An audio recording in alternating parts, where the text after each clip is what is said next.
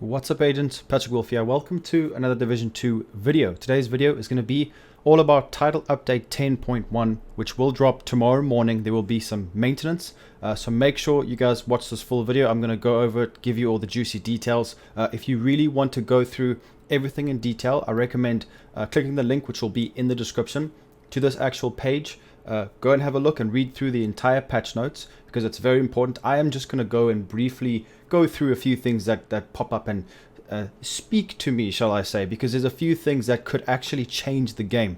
So I'm going to scroll through everything. There's quite a lot of bug fixes that I'm not going to go over, but like I said, make sure to double check and go through the entire patch notes yourself. It's always worth it.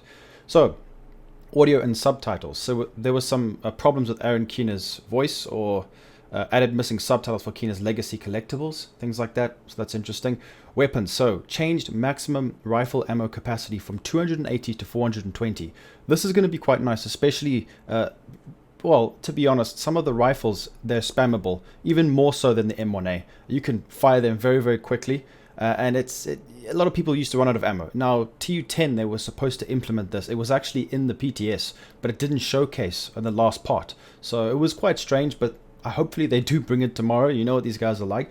Hopefully they do, because this will help a lot of people. I know a lot of you guys like the spammable rifles, and this will just give you more ammo, not to run out of ammo every 10 minutes, which is nice. So we have got a big change. This is actually going to change PvP on console, I can imagine. It's ridiculous. So Foundry Bulwark 3-piece gear set bonus. Armor regen is lowered from 3% to 1%. Now, I'm going to say this again. Before TU10, in my opinion, armor regen builds were a waste. They were trash, they were useless. I never ever made an armor regen build until Foundry Bulwark came out. Reason being is you needed that 3%. You only got one from Healer Guard and one from, I think, Golden Gear. It's so difficult to stack, and the percentage base is such a big increment. So armor regen from 3 to 1% is a huge nerf. Now, from what I can tell, I will do some testing. You might still be able to do a viable armor regen build, stacking Golden Gear, Healer Guard, and maybe Bulwark. But here's the thing. We don't know, and we have to try, but I am guessing this is going to be a shield build. Why? Because it's added 50% shield health. And the interesting thing is the Bulwark backpack is one of the most important pieces for a shield build. Now, you guys need to get the backpack. I will make a build on this. I've got the pieces ready. It's going to be interesting. I will do some testing to let you guys know how nerfed it has been, because this is going to save a lot of people on console, because I know on console people are just chicken dancing and running around and not being able to take damage because they're just regenning armor constantly. So this, well, I feel is going to fix console PvP. I think it's a great change. It should be more of a shield build, which now it will be. Also, considering the Forge holster has been buffed again. Shield health bonus increased from 10% to 50%. Now, I'm kind of worried about this, guys. I will not lie, because you know what it's like in PvP especially. You pull out your shield, the other player pulls out a shield. Now they're going to have 40% more health on their shield. It's going to be interesting to see how that works, especially when you put it in unison with Vanguard, in combination with Vanguard. It's going to be crazy. So I think it's going to be really good. But it seems like shield builds are getting massively buffed in this patch, and I know a lot of you guys are going to be interested to see this. I will do full videos on this, so make sure you guys subscribe and click the notification bell so you don't miss out on the videos that I post on these changes tomorrow. So loot is quite interesting. Now, this is going to change everything for me, because okay, let's go over it first and I'm going to explain. So increased minimum item power and chance for higher power items for several difficulties, resulting in higher average rolls overall. Slight increase on challenge, bigger increase on heroic legendary. That's okay. That's not really that interesting. So sealed caches, increased power of items from field proficiency and dark zone caches. Okay, pay attention, guys. Increase the powers, right? So dark zone caches to be on par with heroic tier loot. Now, in the DZ, if you PvP a lot, you guys know you get those 20 caches. They're scattered all over the place. You are opening them, getting trash loot. Now we will have heroic tier caches. This is a big change that will actually promote PvP, like farming. We can actually farm full time in the dark zone. This is a bigger change than I think people realize. So I think that's an amazing change. It's really, really good. We're going to see. This might actually be overpowered, because in half an hour I can get 20 caches. So it's going to be interesting to see how this works. And that's like 2 or 3 items per cache, 1 to 2. It depends, sometimes a bonus. So I think that's going to be great. I love it. Increased power of items from clan caches to be on par with legendary. So that's really nice. So you get gold, silver caches in your clan.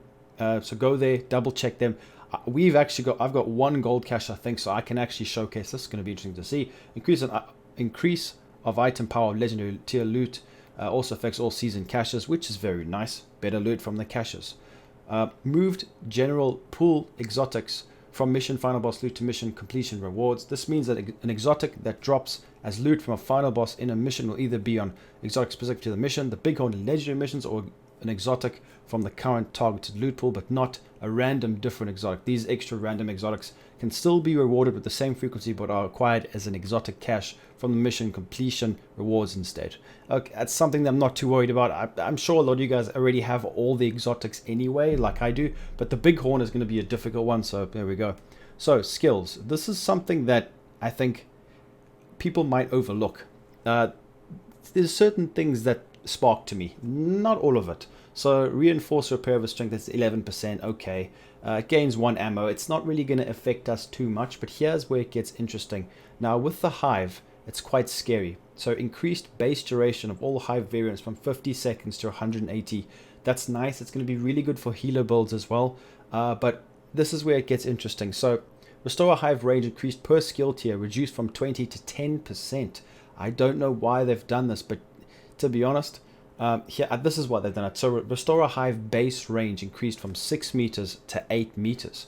So the percentage base will scale upon that. So I think it's going to be interesting to see how much of it different. But you know what it's like, guys. On paper, it's different to actual implementation into the game and testing it live. So this is probably one of the best things I've seen so far. Stinger Hive now gains +5 drone speed per skill tier. Drone speed is one of the dumbest things in the skill. So if you guys remember the support station in Division 1, it had no drones that had to move. It was just a constant, if you were in that field, you were getting healed instantly. And that is the problem with the Hive. You can drop the Hive and it takes like half a second for the stupid little proccing things to land on your teammates and actually heal them, and they end up dying. We all know that. You guys understand what I mean. It's so frustrating. So that's very nice. Restore a Hive drone speed increased from 5% to 10% per skill tier. That's double. That's going to make a big difference. Now, it's not going to be as good as a support station, but it's a nice change. This is, to be honest, my favorite thing by far. Revive a Hive base cooldown load from 240 to 180, because that's a bug. It should be fixed now, but you guys know we could not change our skills or anything like that, so that should be fixed. That one of the most important things coming in TU 10.1 is the booster Hive now gains +4 charge per skill. Where is it? No longer increases weapon. So it no longer increases weapon damage, but here's where it gets interesting. The booster Hive buff effect now increases hazard protection in addition to weapon handling and melee damage. That's ridiculous. The bonk build, if you guys aren't aware, I can do 1,000,000 damage melee. If you guys want to see, link will be in the description. This is going to make that build overpowered. So especially with the fact that all these shield buffs are being pushed towards it, I cannot believe that it's going to be ridiculous. But this is amazing. So you actually get hazard protection. Now, if I remember correctly, you can get up to 90% or between 70 and 90 for a tier 6 hazard protection, which is going to be absolutely scary. That might not be true, but I want to check because they did mention instead of the game. Let me know in the comments what the actual number is for tier 6. If you guys know, I'm sure they did mention it. It's somewhere there. And I think that's going to change the game because they can actually finally become immune to these things. So, booster Hive drones now cleanse status effects from the player on hit. So if your teammate is any kind of status effect, burn, bleed, whatever, this takes it off instantly. It feels like a booster Hive is going to make a comeback. It's going to be one of the most important skills in the game. Now gains 5% drone speed per skill tier. Stim efficiency increased 10% to 33% per skill tier. Very, very nice. Artificer has gained some interesting buffs as well, but similar. So I love the changes to the Hives. The Hive needed some love. I hope the speed is fast enough, because that was my main issue with it, was the speed of those little stims. They take so long to get to your teammates, so I cannot wait to see how that's going to change. So assault rifles seem to be getting a buff. That's not going to be enough. The SMG Lady Death is too strong, so I would like to see just a Lady Death nerf. I think that's what we all needed. It's very interesting. But my Pyro build seems like it's getting nerfed quite a bit.